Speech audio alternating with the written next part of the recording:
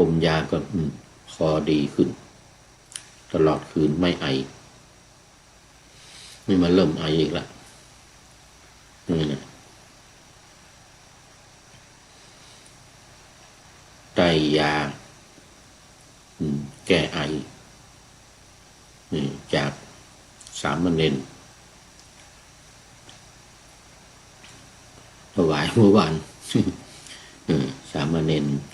ศรัทธาโพธิตั้งชื่อที่นี่บวชเป็นสามเณรมีการตั้งชื่อภาษาบาลีเหมือนพระตั้งฉายาอันนี้ก็มีการตั้งฉายาเป็นชื่อภาษาบาลีนิยมกันในทางยุโรปเนี่ยยุโรปอเมริกา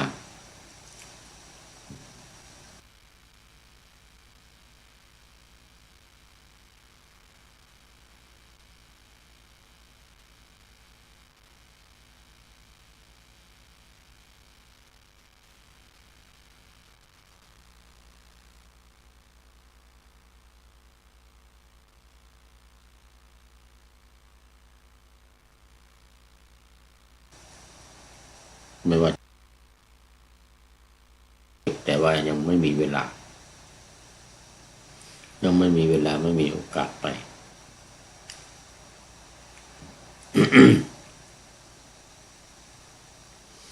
ก็เป็นสามเณรอยู่แต่มีชื่อแล้ว มีชื่อมีฉายาแล้วนะคือความไม่เห็นประจักษ์ความไม่เห็นประจักษ์ในวิญญาณที่ผ่านมาก็ในรูปในเวทนาในสัญญาในสังขารอันนี้เป็นในวิญญาณ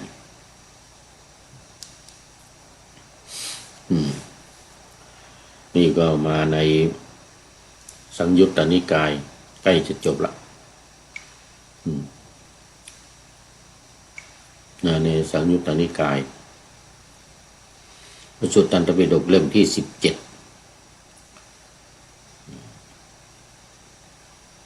สูตรที่เหมือนกันนี่ก็พยายาม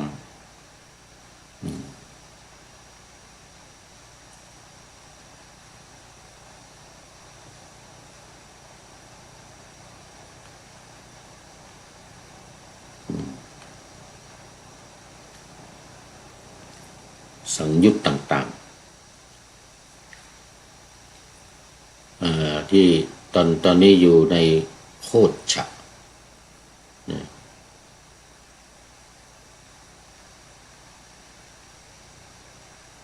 โคชฌัตตสังยุตเกี่ยวข้องกับ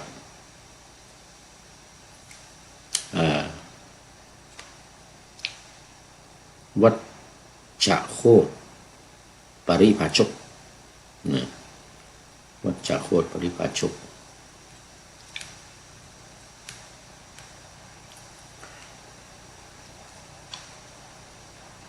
เข้าไป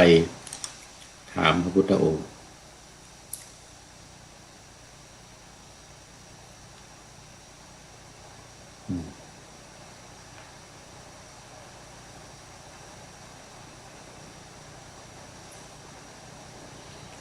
รวมทั้งหมดมี13สังยุตตัวนี้เป็นสังยุตที่12วัชฌโคตสังยุตนี่นะยังเหลือสังยุตสุดท้ายเป็น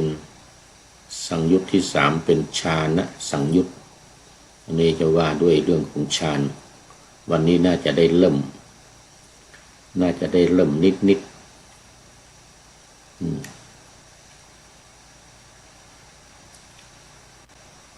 ได้เริ่มนิดคือเป็นสูตรเป็นสังยุตสุดท้ายสังยุตที่13อันนี้มาว่าที่ค้างไว้สูตรที่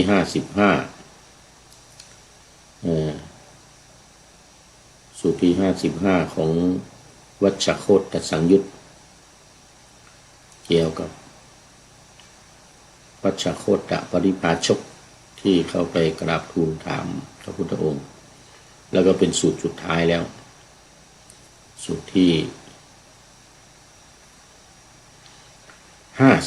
55วิญญาณอัปปัจจเวคขณะที่ว่าโดยการไม่เห็น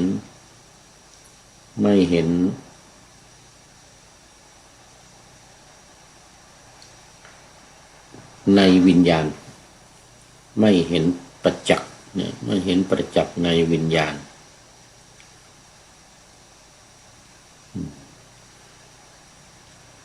ที่พระผู้มีพระภาคตรัสกับวัชชะโคตว่าวัชชะเพราะความไม่เห็นประจักษ์ในวิญญาณ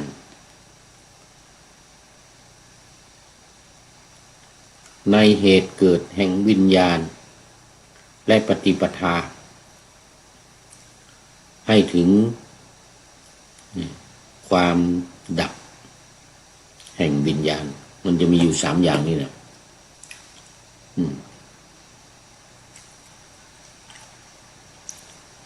ตอนนี้ขอต้อนรับพระเดชพระคุณหลวงพ่อสุทธิชงึมรำจากจังหวัดบุรีรัมย์ยกหัวใจขึ้นมาแล้วสาธุครับผม อยู่ในเขตอันตรายอุบลราชธานีลงมาบุรีรัมย์สุรินทร์บุรีรัมย์ศรีสะเกษตอนนี้ไปถึงภาคตะวันออกนู่นนะ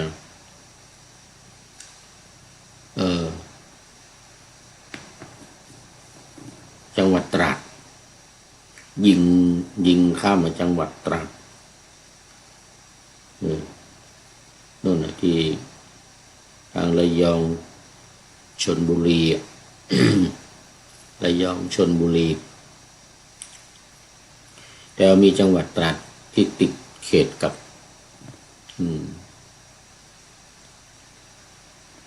ที่ติดเขตประเทศกัมพูชาจังหวัดตราด โดนยิงมา2-3 วันละ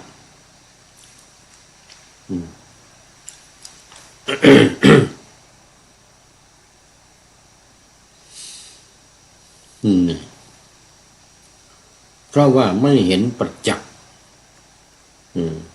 ในรูปเวทนาสัญญาสังขารวิญญาณจนสุดท้ายนี้ว่าเนี่ย ทิฏฐิ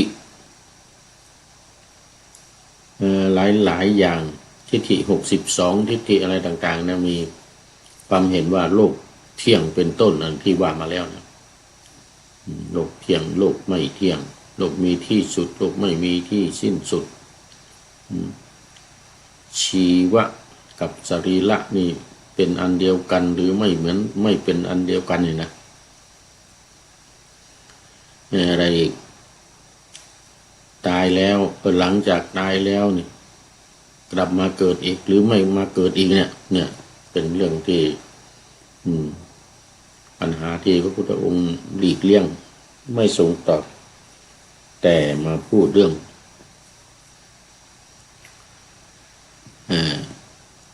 ความรู้แจ้งเห็นจริงเห็นประจักษ์ในเรื่องของขันธ์ห้าจะเป็นการแก้ทุกข์การทำให้เกิดความเบื่อหน่ายคลายกำหนัดเมื่อเบื่อหน่ายคลายกำหนัดแล้วจิตก็จะหลุดพ้นเมื่อจิตหลุดพ้นแล้วก็รู้ว่าจิตหลุดพ้นรู้ว่าชาตินี้สิ้นแล้วคือจบพรหมจรรย์กิจที่ควรทำทั้งหลายทำเสร็จหมดแล้วไม่มีกิจอื่นที่จะทำอีกต่อไปหมดชาตินี้เป็นชาติสุดท้ายเข้าสู่นิพพาน และในที่สุดก็จะปรินิพพานเหมือนพระพุทธเจ้าและเราอรหันตสาวกทั้งหลายอันนี้เป็นเป้าหมายสำคัญกว่าเป้าหมายสำคัญกว่าที่จะไปพูดถึงเรื่องโลกนี้เที่ยงโลกไม่เที่ยง เนี่ยเกิดอีกหรือไม่เกิดอีกจึงไม่มีประโยชน์อะไรวัชชะนี้แลเป็นเหตุเป็นปัจจัยให้ทิฏฐิหลายอย่างเหล่านี้เกิดขึ้นในโลกว่าโลกเที่ยงหรือไม่โลกไม่เที่ยงโลกมีที่สิ้นสุดหรือไม่มีที่สุดชีวะกับสรีระอย่างเดียวกันหรือชีวะกับสรีระเป็นคนละอย่างกันหลังจากตายแล้วตถาคตเกิดอีกตถาคตในที่นี้หมายถึงอัตตาหมายถึงตัวตนคนเราและสัตว์ทั้งหลายหลังจากตายแล้วไม่เกิดอีกหลังจากตายแล้วตถาคตเกิดอีกและไม่เกิดอีกนี่สลับซับซ้อนกันอยู่อย่างเงี้ยหรือหลังจากตายแล้วตถาคตจะว่าเกิดอีกก็มิใช่ไม่เกิดอีกก็มิใช่ มีกันอยู่อย่างนี้แหละอันนี้เป็นลัทธิเป็นทิฏฐิเป็นความเห็นของคนสมัยนั้นซึ่งนับถือศาสนาพราหมณ์ลัทธิพราหมณ์ลัทธิของพราหมณ์แต่พระพุทธองค์ตรัสว่าจะเป็นอย่างนี้ต่อไปถ้าไม่รู้จักหรือไม่เห็นแจ้งประจักษ์ในเรื่องของขันธ์ทั้งห้ารูปเวทนาสัญญาสังขารและวิญญาณนี้อย่างประจักษ์ไม่รู้การเกิดไม่รู้สาเหตุของการเกิดไม่รู้ปฏิปทา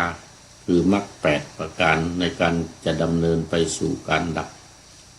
นี่ขันธ์ห้านี้ซึ่งเป็นตัวทุกข์เพราะการเข้าไปยึดเข้าไปถือยึดมั่นถือมั่นแต่ถ้าเห็นประจักษ์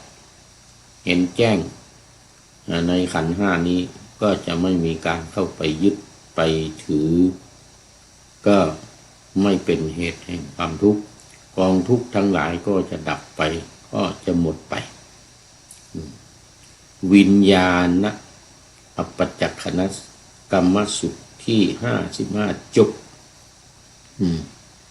จบพอดีเลยหมวดนี้มี55สุขวัชชะโคตสังยุตก็จบ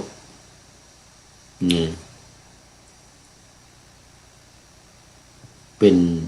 สังยุตที่12รวมพัสสูตรที่มีในสังยุตนี้คือรูปอัญญานสูตรเวทนาอัญญานสูตรสัญญาอัญญานสูตรสังขารวิญสังขารอัญญานสูตร5วิญญาณอัญญานสูตรนี่5รูปเวทนาสัญญาสังขารและวิญญาณก็คือขันธ์ห้านี่สูตรต่อไปมันเป็น6 ถึง 10อันนี้ไม่รู้ทัศนะ11 ถึง 15อันนี้ไม่รู้การบรรลุธรรมขั้นสูงสุด16 ถึง 20อันนี้ไม่รู้การระลึกตามการรู้ตามซึ่งอนุโพธะแห่งรูปเป็นต้นประมาณ26 ถึง 30รูปรูปะอสัญลักขณาธิเป็นต้นก็คือไม่ดูจากลักษณะของรูปที่เกิดขึ้น31 ถึง 35ก็เป็นลักษณะของการเกิดแห่งรูป36 ถึง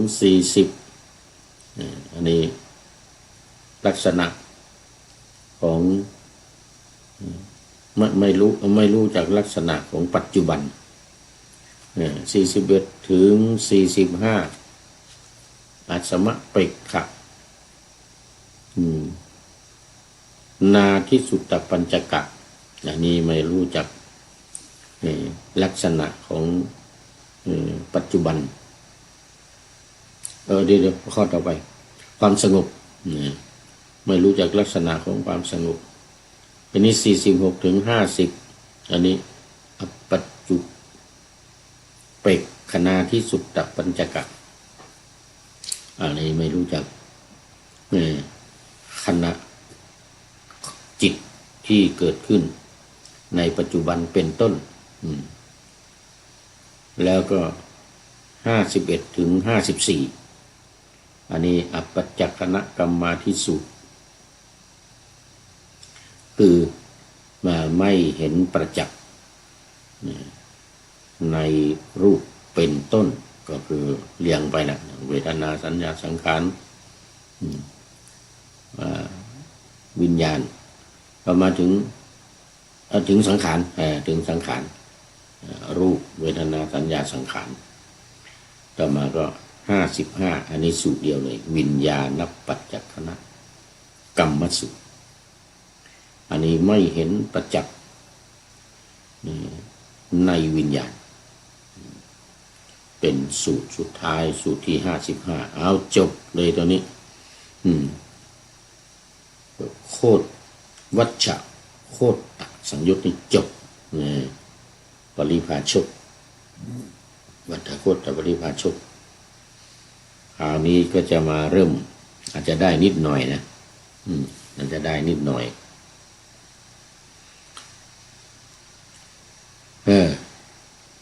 ญาณสังยุต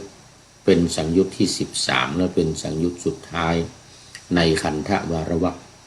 ถ้าจบญาณสังยุตนี้ขันธวารวรรคก็จะจบเรื่องของขันธ์5ที่เราพูดกันมาตลอดนะตั้งแต่รูปจนถึงวิญญาณเนี่ยไม่ว่าสูตรไหนก็จะเกี่ยวข้องกับขันธ์5นี้มาตลอดสูตรนี้ก็เหมือนกันเดี๋ยวขอไปสังยุตนี่ก็เหมือนกันที่เกี่ยวข้องกับฌานนะเนี่ยคราวนี้จะเกี่ยวข้องกับฌานสูตรที่1คือสมาธิมูลกะสมาปฏิสูตรว่าโดยการเข้าสมาธิอันเป็นมูลเป็นพื้นฐานเขาเรียกสมาบัติอันเป็นมูลอันเป็นพื้นฐานขออภัยจะเสียงดังออก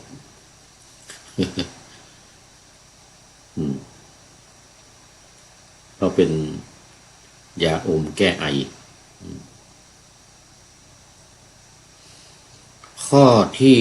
662ดูในข้อที่662จะต้องดูหน้ามันเป็นหน้าที่เท่าไหร่ตู้385ใกล้ละเล่มที่17นี่ใกล้จะจบแล้ว385แล้วมันมี400กว่านิดหน่อยก็คือถ้าสังยุตสุดท้ายนี้จบเล่มที่17สังยุตตนิกายนี้ก็จะจบ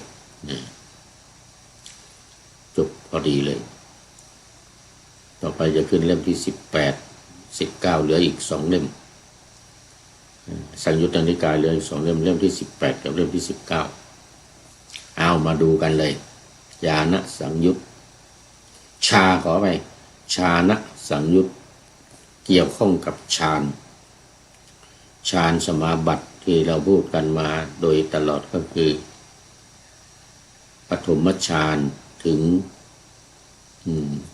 จตุตฌานนี่เป็นฌานของวิปัสสนา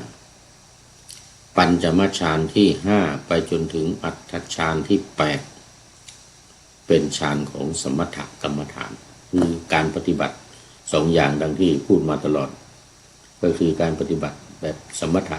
ทำจิตให้สงบการให้สงบจิตแล้วก็บรรลุเองเกิดปัญญาเกิดตัดสังโยชน์ตัดกิเลสเองโดยผู้ปฏิบัติไม่ต้องทำอะไรทำสมาธิอย่างเดียวทำให้จิตสงบอย่างเดียวอันนี้จะว่าง่ายก็ง่ายแต่ว่ามันเป็นทางอ้อมยากก็คือว่ามันไม่รู้ว่าจะบรรลุเมื่อไหร่จะรู้เมื่อไหร่รู้เองเห็นเองนะเนี่ยเราสบายดีเหมือนกันไม่ต้องไปทำอะไรทำแต่สมาธิไปทำให้จิตสงบขั้นอัปปนาสมาธินั่นแหละ อุปจารสมาธิอัปปนาสมาธิแต่ว่าวิปัสสนานี่ใช้แค่คณิกะสมาธิขั้นต้นชั่วครั้งชั่วคราว เพื่อให้จิตสงบแล้วพิจารณาธรรมในวิปัสสนากรรมฐานหลักการ76หัวข้อดังที่กล่าวบ่อยๆอันนี้ฌานนี้ก็เหมือนกันฌานนี้ถ้าเริ่มปฐมฌานถึงจตุตฌานนี้ก็จะเป็นฌานของวิปัสสนาอาศัยสมาธิแค่คณิกะสมาธิไม่ต้องไปถึงอุปจารสมาธิอัปปนาสมาธินู่นฌานของสมถกรรมฐาน5-8ข้อที่5-8นั่นต้องใช้เข้าต่อจากฌานที่4คือเอกคตารมณ์พอเข้าฌานที่5ก็แน่วแน่นะนิ่งถึง8แล้วก็สมาปฏิบัตินิโรธสมาบัติอันที่9ต่อจากฌานที่8เป็นนิโรธสมาบัติ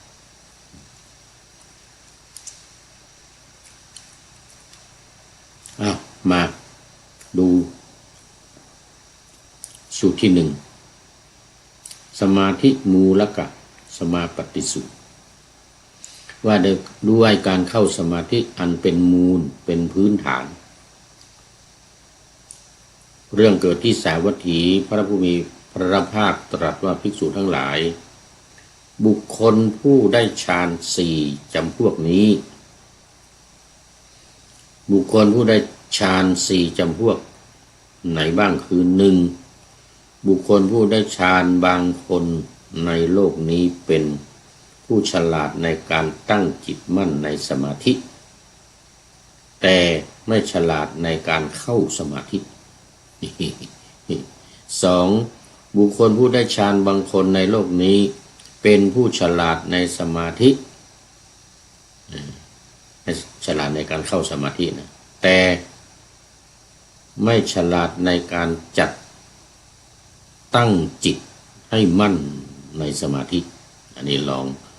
ลงมาจากข้อที่2หน่อย 3. บุคคลผู้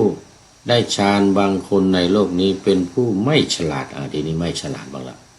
เมื่อกี้นี้ฉลาดไม่ฉลาดในการตั้งจิตมั่นในสมาธิและไม่ฉลาดในการเข้าสมาธิสุดท้ายข้อที่4บุคคลผู้ได้ฌานบางคนในโลกนี้เนี่ยเป็นบุคคลผู้ที่เป็นผู้ฉลาดในการตั้งจิตมั่นในสมาธิ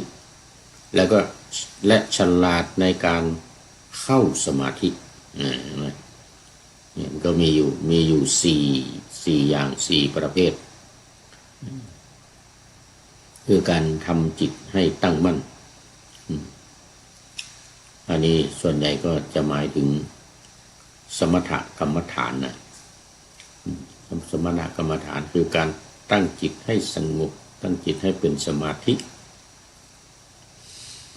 อย่างอื่นไม่ต้องอะไรทำตามหลักของ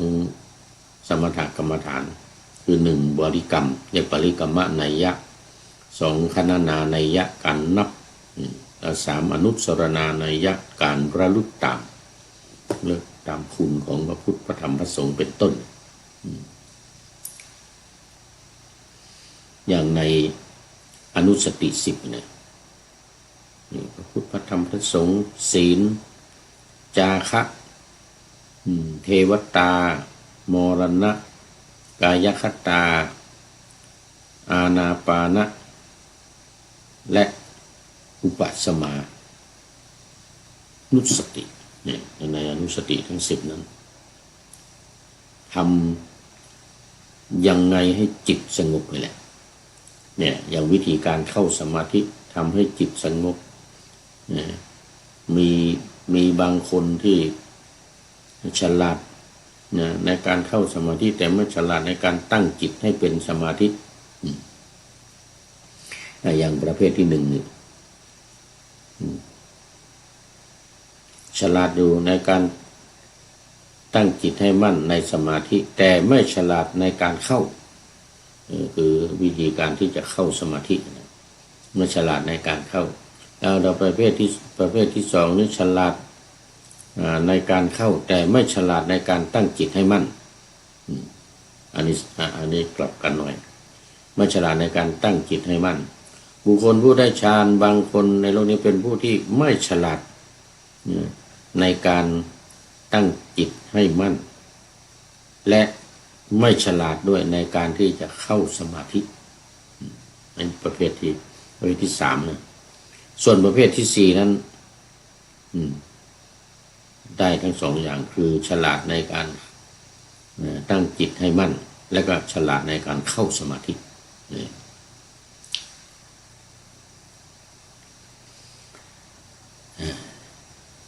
ต้องขออภัยจะได้ยินเสียงดังจบอมยาแก้ไอภิกษุทั้งหลายบุคคลสี่จำพวกนั้นบุคคลผู้ได้ฌานที่ฉลาดในการตั้งจิตให้มั่นในสมาธิและฉลาดในการเข้าสมาธิเป็นผู้เลิศประเสริฐเป็นประธานสูงสุดและยิ่งใหญ่ที่สุดก็คือบุคคลประเภทที่สี่นะประเภทที่สี่ภิกษุทั้งหลายนมสดจากแม่โคนมส้มจากนมสดคือนมที่เก็บไว้ในตอนกลางวันมาถึงตอนเย็นกลายเป็นนมส้มเนยข้นจากนมส้มคือนมส้มแล้วเนี่ยทำเป็นเนยและเนยใสจากเนยใสนี่จากเนยข้นยอดเนยใสจากเนยใสยอดเนยใสขาวขอไปยอดเนยใสชาวโลกถือว่าเป็นเลิศในบรรดานมสดเป็นต้นนั้นแม้ฉันใดบุคคลผู้ได้ฌานที่ฉลาดในการตั้งจิตให้มั่นและฉลาดในการเข้าสมาธิฉลาดในการเข้าสมาธิก็ฉันนั้นเหมือนกันเป็นผู้เลิศประเสริฐเป็นประธานสูงสุดและยิ่งใหญ่ที่สุดสมาธิมูลกะสมาปฏิสูตรที่หนึ่งนี้ก็จบหมดเวลาหรือยังยังไม่หมด ยังก็ได้อยู่สูตรที่หนึ่งสรุปในสูตรที่หนึ่งนี้ก็คือทรงยกย่องบุคคลผู้ที่ฉลาดในการตั้งจิตให้เป็นสมาธิคือการทำสมถกรรมฐานนี่แหละโดยวิธีการอย่างใดอย่างหนึ่งในบรรดาสามอย่างนี่แหละก็คืออาจจะบริกรรมว่าพุทโธพุทโธพุทโธเนี่ยนะก็เรียกว่าเป็นปริกรรมนัยยะหรือการนับเรียกว่าขณานัยยะเนี่ยเช่นเอาลูกประคำมานับทีละเม็ด108บางทีก็มี18ก็มีเขาจะทำลูกประคำตาม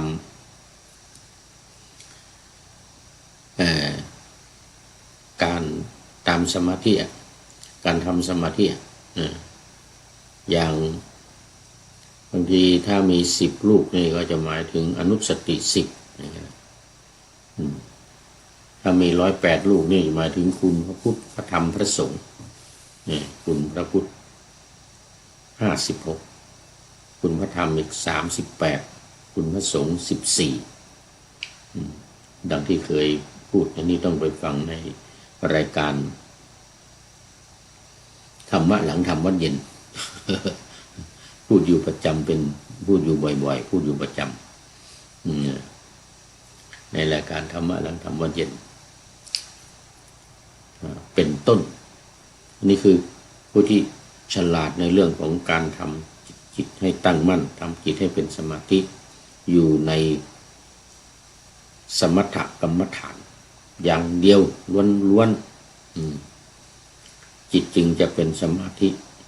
แล้วก็จะฉลาดในการเข้าสมาธิจะเข้ายังไงเข้ายังไงอันนี้เป็นสมถกรรมฐานล้วนก็ด้วยวิธีการ3อย่างนี่แหละการบริกรรมการนับและการระลึกตามข้อที่3นี่อนุสรณานัยยะในการระลึกตามซึ่งจะทำให้การเข้าสมาธิได้อย่างสบายๆทำวิธีการ3อย่างนี้คราวนี้เรามาดูสมาธิมูลกทิติสูตรว่าด้วยการตั้งอยู่ในสมาธิอันเป็นมูลเมื่อกี้นี้ว่าโดยมูลสมาธิเนี่ยว่าโดยมูลสมาธิอันนี้มูลสมาธิเหมือนกันแต่ว่าการตั้งสมาธิอันเป็นมูล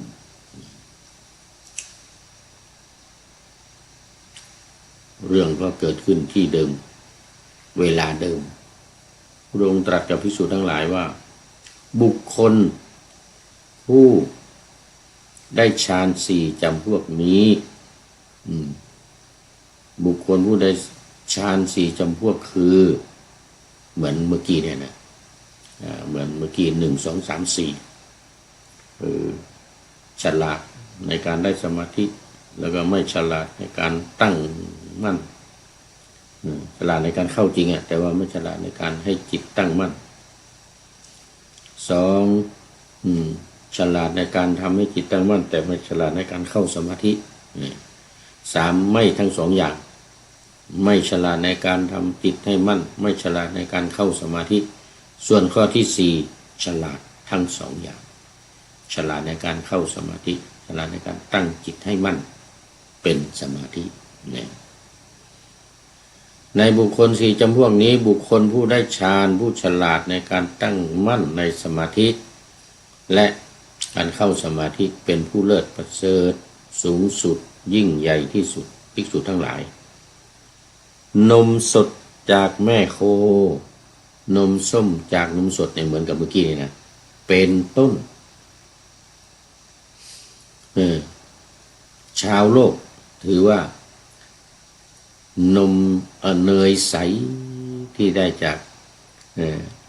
เนยข้นประเสริฐที่สุดกว่านมข้นเป็นต้นฉันใดบุคคลผู้ที่ฉลาดในการตั้งจิตตั้งมั่นในสมาธิและฉลาดในการตั้งอยู่ในสมาธิอันนี้คือฉลาดทำให้จิตตั้งมั่นเป็นสมาธิแล้วนี่นะ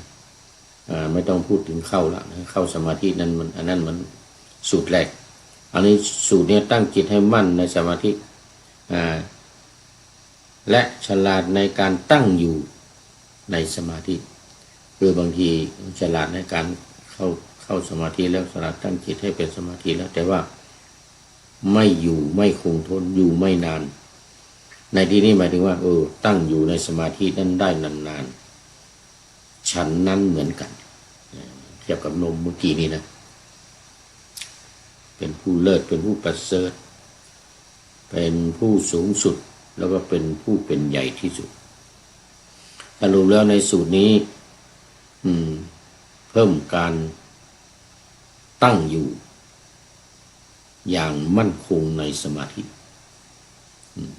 สูตรแรกนั้นมีแต่การฉลาดในการเข้าสมาธิแล้วก็ฉลาดในการจะทำให้จิตตั้งมั่นให้เป็นสมาธิเท่านั้นแต่ว่าไม่อยู่นานตัวนี้สูตรที่2นี้เรียกว่าทิฏฐิสมาธิมูลกทิฏฐิสูตรคือนี่ความตั้งมั่นอยู่นานตั้งมั่นอยู่นานไม่เหมือนสูตรก้อน สูตรแรกนั้นเพียงแต่ว่าฉลาดในการเข้าฉลาดในการตั้งจิตให้เป็นสมาธิ แล้วก็มาสูตรนี้นี่ฉลาดในการตั้งอยู่นานๆหลังจากเข้าสมาธิได้แล้วฉลาดในการเข้าฉลาดในการทำจิตให้ตั้งมั่นทีนี้ก็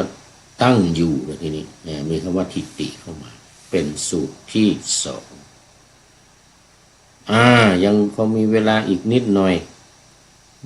น่าจะไม่พอแล้วเอาสองสูตรนี้ก็พอขอแค่สองสูตรต่อไปมันจะเป็นสมาธิมูลกะวุฒานะสูตรในเรื่องของการออกจากสมาธิไอ้ที่มันเป็นมูลที่ตั้งมั่นอย่างที่ว่าเมื่อกี้นี้นะเอาไว้สองอย่างนี้ก่อนสองอย่างสองสูตรสูตรที่สามนี่มันจะไม่ทันเวลาเนี่ยเวลามันหมด วันนี้หลวงพ่อพระเดชพระคุณหลวงพ่อสุทธิสงึมรำก็เป็นสุดท้ายเนี่ยเป็นท่านสุดท้ายที่เข้ามาในวันนี้เข้าสู่เส้นชัยของรายการขอบพระคุณพระเดชพระคุณหลวงพ่อเป็นอย่างยิ่งจากจังหวัดบุรีรัมย์ซึ่งอยู่ใกล้ชายแดนเขมรชายแดนประเทศกัมพูชาที่กำลังสู้รบกันอยู่ขอให้กำลังใจหลวงพ่อเนี่ยหลวงพ่อทำจิตเป็นสมาธิอย่าลืมอยู่ห่างจากชายแดน120 กิโลขึ้นไปเด้อ130 140 กิโลนู่นเราไม่รู้ว่าเขมรมันจะยิงมาเมื่อไหร่มันเอามาตั้งไว้ที่ชายแดนแล้วไอ้ขีปนาวุธยิงได้120 กิโลเป็นอาวุธเก่าของรัสเซียที่มีอยู่มากในเขมร ซึ่งรัสเซียเนี่ยส่งมาให้สมัยที่มีสงครามกลางเมืองในสงครามกลางเมืองในเขมรระหว่างเขมร3 ฝ่ายเขาจำกันได้เขมรเฮงสำลินเขมรแดงกับเขมรขาวสมัยพรพศสมัยถ้าเป็นเขมรขาวก็ของกษัตริย์ศรีหนุ สู้รบกันอยู่นานจนหมดแล้วตอนนี้ตอนนี้ไม่มีแล้วนายกฮุนเซนก็เป็นอดีตไปแล้วตอนนี้เป็นแต่ยังสั่งทหารมายิงไทยอยู่ ยังไม่หมดฤทธิ์ยังไม่หมดเขี้ยวยังไม่หมดฤทธิ์ยังไม่หมดเขี้ยวเป็นที่ปรึกษาของนายกฮุนมาเนต เป็นที่ปรึกษาของนายกฮุนมาเนตลูกชายลูกบุญธรรมของนายกฮุนเซนอดีตนายกฮุนเซนตอนนี้เป็นที่ปรึกษาเอาละวันนี้พูดถึงเรื่องสมาธิพูดถึงเรื่องของทำจิตให้ตั้งมั่นทำให้การเข้าสมาธิก็มีข้อคิดท้ายรายการเหมือนเดิม วันนี้มาจากอาจารย์มาจากภูวัดดลภูพัทรโยธินนี่ภูวัดดลภูพัทรโยธินในเรื่องสูงวัยอยู่ให้สุข เอาละมาแล้วสวมาละสวมาเป็นท้ายรายการวันนี้สวคือสูงวัยใฝ่ความสุขไม่แบกทุกข์ไม่แบกสร้างวางเถิดหนาไม่ห่วงโน่นห่วงนี่สิ่งมีมาไม่ไขว่คว้าฟูมฟักสิ่งหนักใจแบ่งทรัพย์เป็นสัดส่วนอันควรรู้และอย่ากู้อย่าค้ำประกันจะหวั่นไหวออกกำลังพอประมาณการเป็นไปอย่ากินใช้ให้พอเหลือแบ่งเจือจาน สังสรรค์อันพอดีมีหมู่มิตรใช้ชีวิตชื่นสุขสนุกสนานอยากจะเที่ยวให้เป็นเย็นชื่นบานทั้งทำบุญทำทานผ่านวัดวาอย่าจู้จี้ขี้บ่นให้คนเบื่อมีความเชื่อศีลธรรมนำรักษาอย่าคุนเคืองไม่กริ้วไม่โกรธกริ้วโกรธายิ้มดีกว่าอายุยืนชื่นชีวันพูดให้น้อยคอยให้เป็นเย็นให้ปลื้ม